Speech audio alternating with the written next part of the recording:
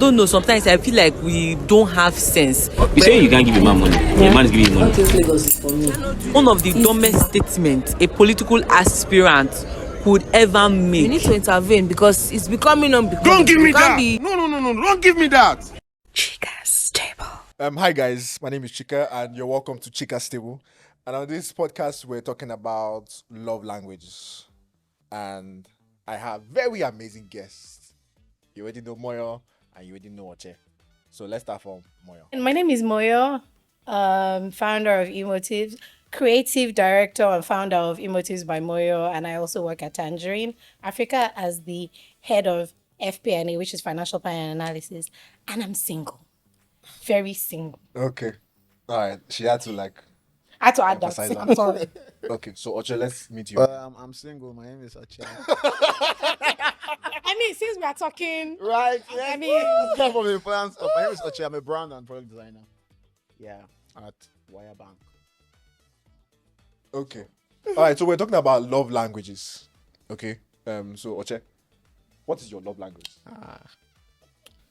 So first, I think it used to change with time and by the girl, but wow. love language. I think my first love language would be quality time, very important, and touch. You like to be touched? Yeah, Okay. always. It's fine. You're safe here. Yeah, always. I like to be touched, Chika, and then please, can you move your hand a bit? No, he doesn't speak that way. like Janice Repel. We know that. We already know. Yeah, so I think those two. So that's the top of your list. Yeah. Okay, so Moyo, what's your love language? Okay. So in my own case, it doesn't change. It's being consistent. So As if we knew before. I think, okay, so all five apply, but if I'm to arrange them in order of what's more important, I think the first for me will be act of service, followed by quality time, then gifts, obviously. I mean, I'm a girl. So Every girl. yeah, I love gifts. Well. Then, words of affirmation is last for me, really. Because I'm confident in myself. I don't need you to tell me I'm fine. I Then can love affirm you. myself. So- So I do like to hear it, but if I'm ranking the order of what I need from the person as a show of love, it's probably going to be the last in the order. Okay, well, since nobody's asking me, my own love language is food. Thank you so much. So do you think someone not meeting up with your love language is enough to break up? Moyo, let me start from you. Yeah, Is enough? it is because so for me to be in a relationship with you, I must know that you love me. My love language is how you speak to me and how you consistently tell me that you love me. So, for instance, we're living together, or we're not living together, we're not married, nothing, we're dating, right? And I have so many things I'm working on. I tell you that I'm working on these things, and occasionally you cannot even say, "Let me advise you, let me help you here." After a while, I will gravitate towards other people who can help me. And before you know it, we'll grow apart. So yes, it's a deal breaker for me. Okay. So before I ask the next question, Oche, I think in this generation, our generation that we are right now, relationships are fragile. So, they're like egg. they're like egg. So stuff like, oh, for God's sake, it's a love language. People take time to learn a language, but they get to learn it eventually, or they find a way to communicate. But if you can't communicate with your partner, then it's good enough to break up. But I think it's a language. People should be able to take time to learn it, right? So I don't have a problem with you taking time to learn it. In fact, as a matter of fact, I will teach you how I want to be loved. But if I teach you consistently and you have failed to learn, then you have failed to show me that you love me. You're not interested. You have a time frame. There's no time frame. I mean, I will know over time. I can't keep explaining the same thing over and over again. You're not a baby. You're not deaf and dumb. So, sometimes, I'm petty. So I probably No, would we also... not sometimes. I don't believe you. Sometimes. Oh no, there are times I'm not. But yeah, because Jesus, the Holy Spirit is still working in me, so He has not abandoned me yet. So okay, wait. The Holy Spirit is not working on the person that is not meeting up to your love We're language. talking about me. We're not talking about the person. So me, when I'm in that my petty state, Yeah. If I keep telling you something, this is what I like, or I keep showing you how I want to be treated and you don't get it, and this doesn't apply just to to romantic relationships, even with friendships. If I keep showing you how I want to be treated and you consistently choose to not treat me that way, I will mirror how you are treating me, which means that thing that you are not hearing, I will show it to you how it feels too. And then if you're okay with it being done to you, then we're good. But if you're not okay with it, I'm any problem. Wow, that's Is that cute. not toxic? Love keeps record of That's wrong. why we should quickly go about Love. separate ways. I love is keeping record of wrong, but it works and it's cute. I'm sorry, my brain is a brain. You cannot just press auto delete and it wipe off everything away from my head. Autosave. It saves. God is helping me to forgive, but until then, it saves. So what you're saying is that even when you're married and your partner is like not meeting up, this is what you're talking about is from the perspective of like you're in a relationship. Yeah. What about when you're married? How do you marry? Don't you start with a relationship? Yes, of course. You have to build the relationship. I'm So- talking about what happens when, okay, for me and Would for have some would, other people would that have I've met, relationship would have happened over a period of time where we would have learned about ourselves. We will know what we can tolerate and what we can't. Right? Before you even decide to get married to that person, you yourself will know, can this person love me? If this person cannot or doesn't love me or is not willing to understand how I should be loved, and it's a two-way street, because I'm demanding does not mean I'm not also going to give, right? And if I'm in a relationship with someone and I know the person's love language is gifts, for instance, I will go out of my way to buy a gift for that person because that's how the person wants to be loved. So if I'm doing that, and then I'm telling you this is how I want to be loved, and you can't reciprocate, then why are we getting to marriage? Let's not. We'll kill it at relationship. I'm not going to spend the rest of my life teaching you how to. Yes, I don't will have have to to. spend You the don't rest have of my to. life teaching you how to love me, but I wouldn't spend the rest of my life repeating the same thing over and over again. I won't. So which is why for me, when I'm looking, the first thing, because again, acts of service is very important to me. If I meet someone, the first thing I'm checking is this person kind? I'm not going to know that is a issue for me. And then I'm going to go and be looking for words of affirmation. Oh, you can do it. No, I can't do it. Bro, help me. That's it. I don't need you to come and cheer. I can cheer myself on by myself. I need you to help me when I'm swamped. I need you to help me when I have a lot to do. We go shopping and I'm carrying all the bags. And you are there doing what? Walking in front of me. No, you will come and carry with me.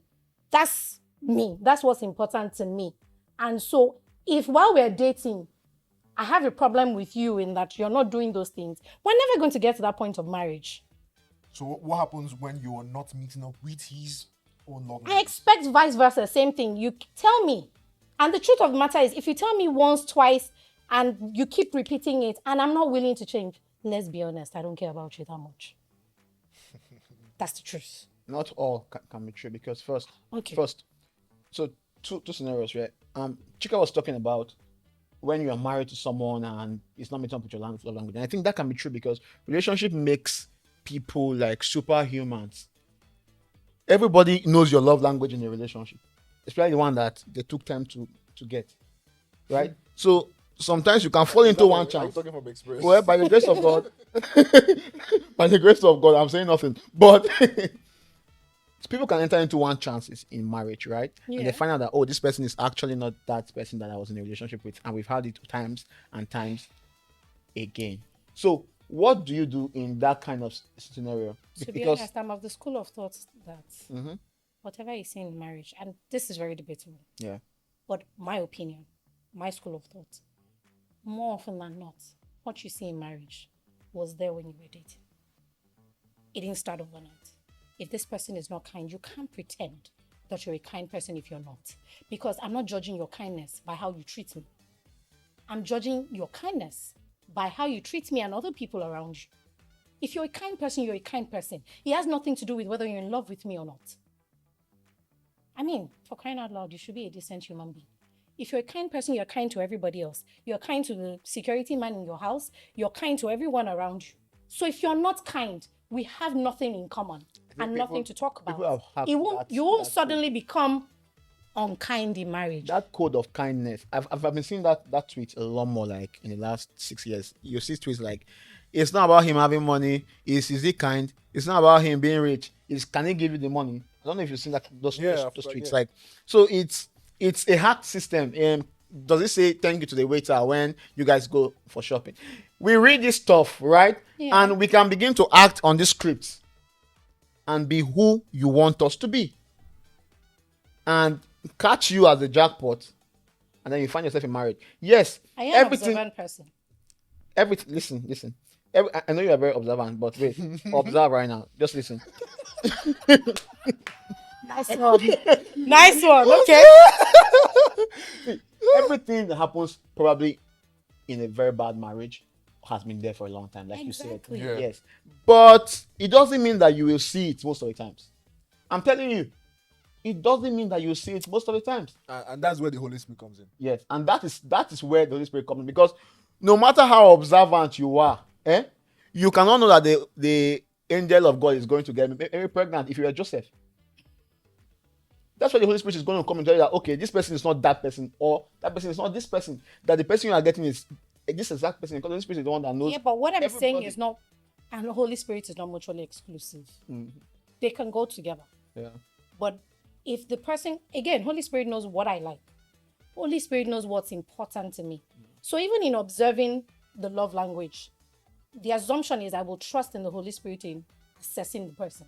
Okay. Yeah. I'm not only assessing based on my own intelligence and human understanding. Okay. If this person is not kind, and that's one prayer I pray all the time, that God, if this person is lying about something, or if this relationship shouldn't be the relationship for me, even if I'm about to walk down the aisle, God scatter it. And if there's anything I'm thankful for, God has never failed in that regard. If a relationship that looks like it, when we start out, it never lasts 3 months, 2 months down the line, where we've gone our separate ways, because whatever the person was lying about in the initial point, it always shows.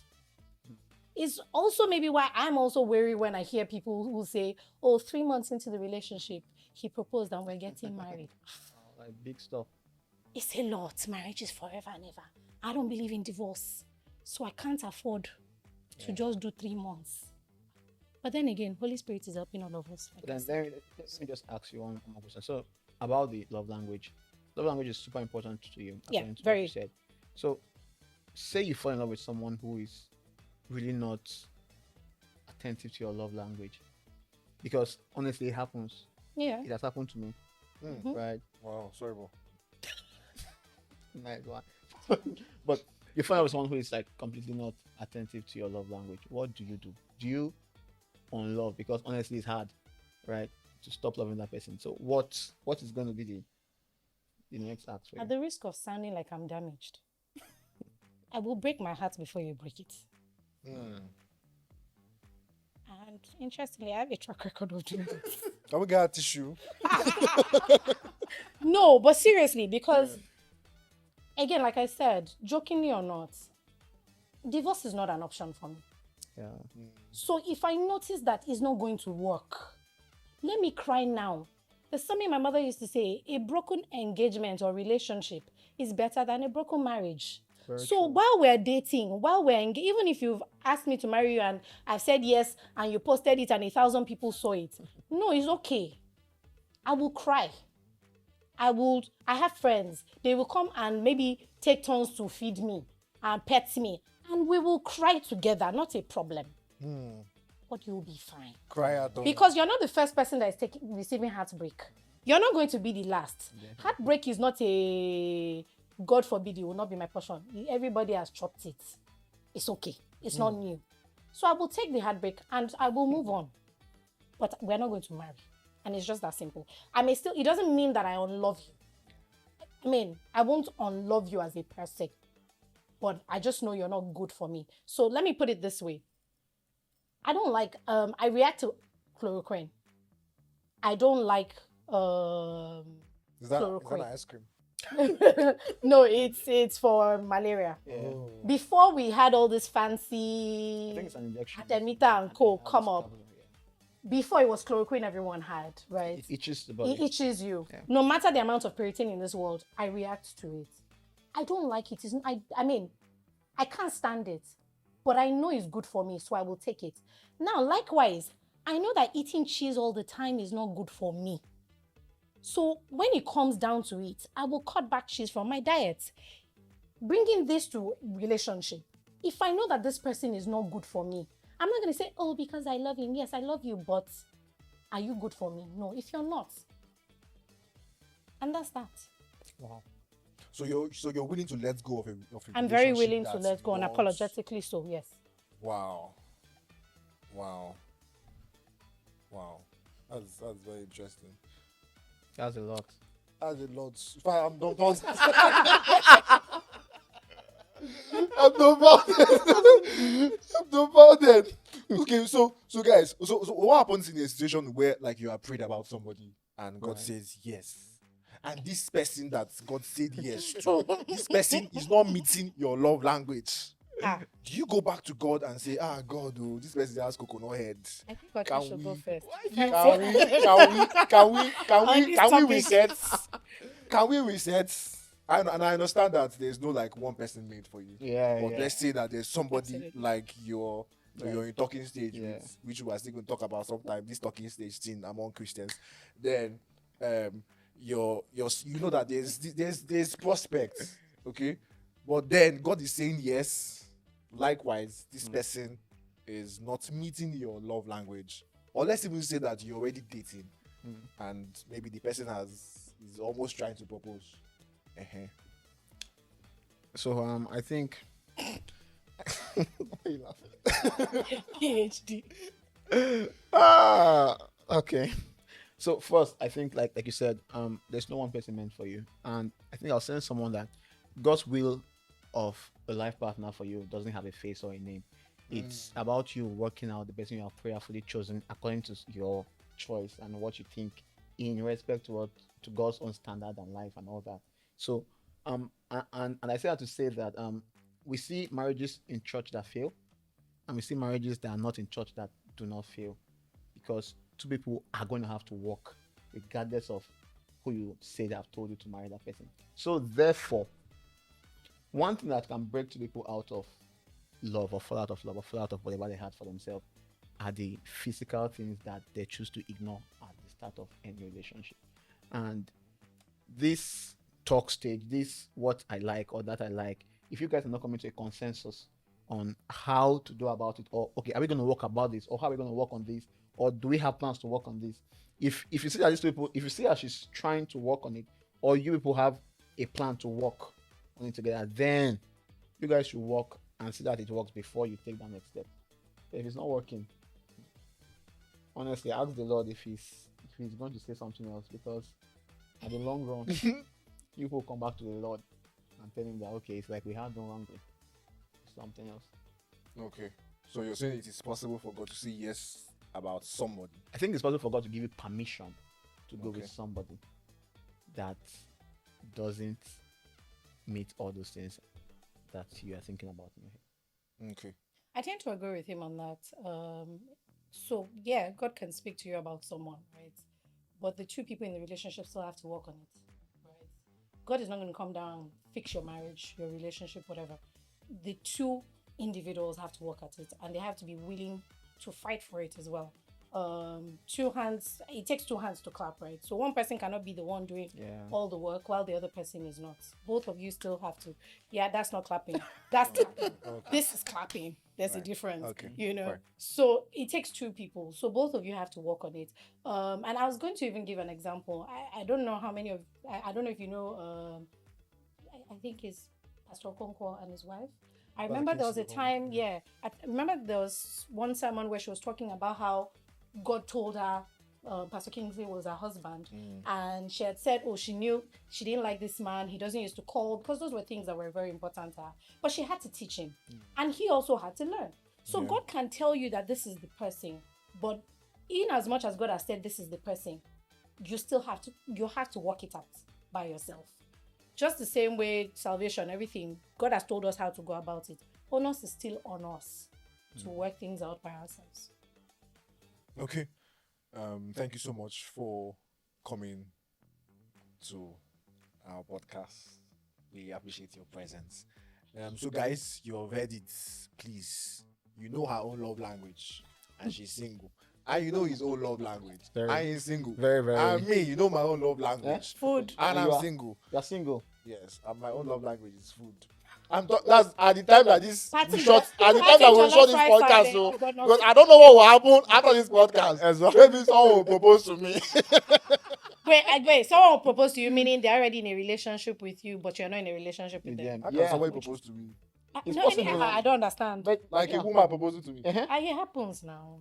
Wow. It's a progressive world. Exactly. Progressive. No, I don't want to be part of that one. Don't need you. So thank you so much, guys. Please like, share, and subscribe. Yeah. Thank you.